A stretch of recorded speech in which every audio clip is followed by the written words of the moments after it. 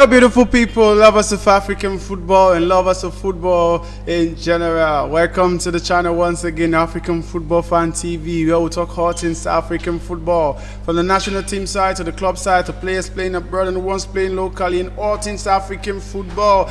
And on this week review show, we're taking a look at the CAF Champions League and the CAF Confederations Cup, which was played over the weekend, and news regarding the Nigeria Football Federation and all things African football. Before we see much of a time, I'd like to thank you guys for subscribing to the channel. For those of you who haven't subscribed to the channel, please do subscribe, share your comment, put your suggestion below. I will be there to answer to your suggestions. And I would like to thank the management and staff also of Grand Star Hotel, who has given us this beautiful place where we are doing this video currently. Grand Star Hotel is located in Bochwe in Accra City of Ghana. You can check them out on Google. Just go on Google and search at Grand Star Hotel. They have a nice place where you can host your event, you pass the night, and looking for a place to spend the weekend, you can check Grand Star Hotel. They have a good environment, good swimming pool. We are actually doing this video right now. So without wasting much of your time, we move on to the Ghana Premier League, where we saw this weekend Ashanti Kotoko of Kumasi were defeated by Ria Tamale of Tamale. They defeated Ashanti Kotoko, who sits on the top of the table, by 2-1. And luckily for Ashanti Kotoko, Bechem United, who sits in the second, also lost in this weekend round off. And moving on, we saw this weekend Accra As of Oak. We head on to a 1-1 draw by Emina Sharks. Emina Sharks held Accra As of Oak to a 1-1 draw. And that result is actually not good for Accra As of Oak, who are seeking to qualify for next season's Africa Continental Football. So hopefully they can put their ass together and see how they can revive their season and qualify for next season African Continental Football. Now we are moving on to the Zambia Premier League, actually called the Zambia Super League. The Zambia Super League is actually at the last stage, where we're seeing only 3 matches remaining, and Red Arrow Stars sit on the top of the table. Red Arrow Stars actually won this weekend by 1-0, where they defeated Kafu Celtic by 1-0. That match actually gave them a 7-point advantage with 3 games remaining. And Zesco United were head to a draw at home this weekend by Power Dynamos. And currently, as it stands, if Red Arrows can mash up the result of Zesco, they will be crowned champion, and Zesco will relinquish that title, and Red Arrow will crown the champions of Zambian Super League. Now moving on to the Nigerian Premier League, where we saw this weekend Eyimba of Aba were defeated by Rivers United. Rivers United of Port Harcourt defeated Eyimba of Aba by 2-0, stretching their lead at the top of the table. Currently they sit at the top of the table. I actually played 12 matches at home this season and won all 12 matches. Wow, what a fun, what a game, what a season Rivers United are having. And the next match is the match between Kano Pillars and Castina United.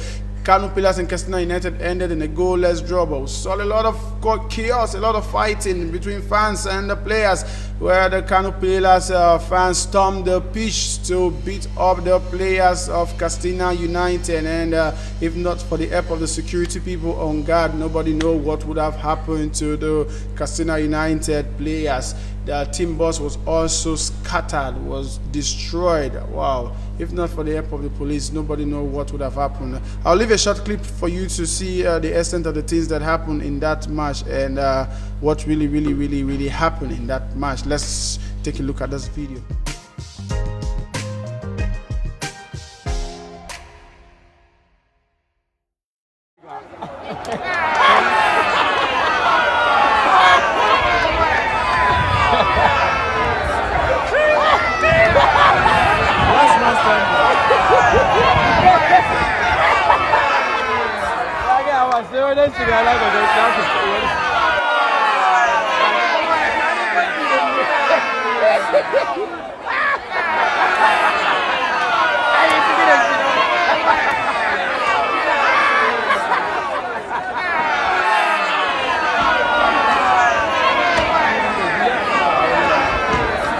Anche I guess you've seen the video and you've seen what happened in that match. And this weekend also, the Kano Pillars team was fined 9 million naira by the Nigeria League Management Company. They fined them 9 million naira for what happened with the match between Castina United. And also the next home matches, all the remaining home matches will be played at the Moshood Abiola Stadium in Abuja. If you remember clearly, that was a stadium where Nigeria played at a 1-1 draw with Ghana in the World Cup qualifying series. And Kano Pillars fined 9 million naira, and the remaining home matches will be played at the Moshood Abiola Stadium in Abuja. Now, moving on, we'll take you to the CAF Champions League and the CAF Confederation review. Well, this week in the CAF Champions League, Al Ahly of Egypt defeated Raja Casablanca of Morocco by 2-1. The first goal was scored in the 13th minute through the penalty spot after VAR consultation. Found out that the ball actually struck the hand of the Moroccan player, and the penalty was put away by El Soulia. El Soulia scored in the 13th minute to give Al Ahly a 1-0 advantage before Hussein El Shahat doubled the lead for Al Ahly of Egypt to 2 goals in the 23rd minute, and all things looking so closely for Al Ahly of Egypt before Mohamed Zedda of Morocco, who plays for Raja Casablanca, actually puts 1 goal back for Raja Casablanca to give them a priceless away goal to take to the second leg, which will be played later on this week in Morocco. And the Moroccan team, Raja Casablanca, have lodged a complaint to the Confederation of African Football, saying that the penalty which was awarded in the 60th minute actually is not a penalty, because that the referee saw that the Moroccan player used his hand to stop a clear going scoring opportunity, but they are claiming that the ball actually struck the leg of the knee of the player before going into his arm. But after a review from the VAR, the penalty was awarded but was missed by the same man who scored in the 13th minute. El Souhai missed the penalty to make the match end at 2-1 to advantage of Al Ahly. But the Raja Casablanca have a priceless away goal to take to the second leg. Moving on to the second match, the match between CR Belouizdad versus Wydad ended in a 1-goal win for Wydad. Wydad, who saw the player red carded in the 7th minute of play, actually head on to win that match by 1-0. And Wydad has been one of my favorite teams in this year's Champions League, for they have a good way of playing. I enjoy watching Wydad, and I'd like you to also watch them and see. For me, I'm tipping them to win this year's CAF Champions League. And moving on, in the match we saw between SAT versus Esperance Tunis ended in a goalless draw. Nothing too much to report from that match. That match still remains stalemate as it stands to take to the second leg, which will be played this weekend in Tunisia. And the last match of the CAF Champions League quarterfinal was the match between Petro Atletico of Angola versus Mamelodi Sundowns of South Africa. That match ended in a 2-1 win for Petro Atletico, but the first goal was scored in the 6th minute by Likai, who plays for Mamelodi Sundowns, scored the first goal in that match in the 6th minute. But Thiago Azulu, the Brazilian who plays for Petro Atletico, equalized in the 16th minute before Adriano Bemori, who is popularly known as Yanu, scored the winning goal in the last minute of the first half to give them a priceless 2-1 win to take to the second leg, which will be played this weekend. On to the CAF Confederations Cup, where we saw this week Al Masry versus Bakini. That match ended in a 2-1 win for El Masry. El Masry actually had the first goal scored in the 10th minute by Amari, the Egyptian international, scored in the 10th minute before Amzal of Morocco equalized for Bakini in the 17th minute, but they had their heart broken in the 82nd minute, where we saw Tunisia international Ayouni scoring his 82nd minute to give El Masry a 2-1 win to take to the second leg, which will be played in this weekend, Sunday precisely. Al Masry saw 2 players red carded in that match in the 50th minute for El Musa and 65th minute for Ayis Jelasi. Both of them will not be part of the second leg. The next match was between Simba of Tanzania versus Orlando Pirates of South Africa. That match ended in 1-0 win for Simba of Tanzania, who were awarded a penalty in the 67th minute of the match, and the penalty was put away by Kupembe. Kupembe, the Tanzania international who plays for Simba, scored in the 68th minute to give Simba a priceless 1-0 win to take to South Africa, where they were playing Orlando Pirates in the second leg. And the other match was between El Ittihad versus El Tripoli. That match ended in a goalless draw in the Pyramid of Egypt versus TP Mozambique of the Democratic Republic of Congo. That match also ended in a goalless draw. So we'll be keeping you updated with this week's results from the CAF Champions League and the CAF Confederations Cup as it goes, and see which teams will be moving on to the semi-final of this year's Continental Club Football. Yes, without wasting much of your time, we go global now, where we saw African players who ply their trade in the top 5 league in the world. And first stop, we'll be stopping at the German Bundesliga, where we saw our own Taiwo Awunuye, the Nigerian international who plays for Union Berlin, scoring the first goal against Eintracht Frankfurt, and they won that match by 2-1. Union Berlin are actually striving on to qualify for next season European football. Taiwo Awunuye is the only African player who scored this week in the German Bundesliga.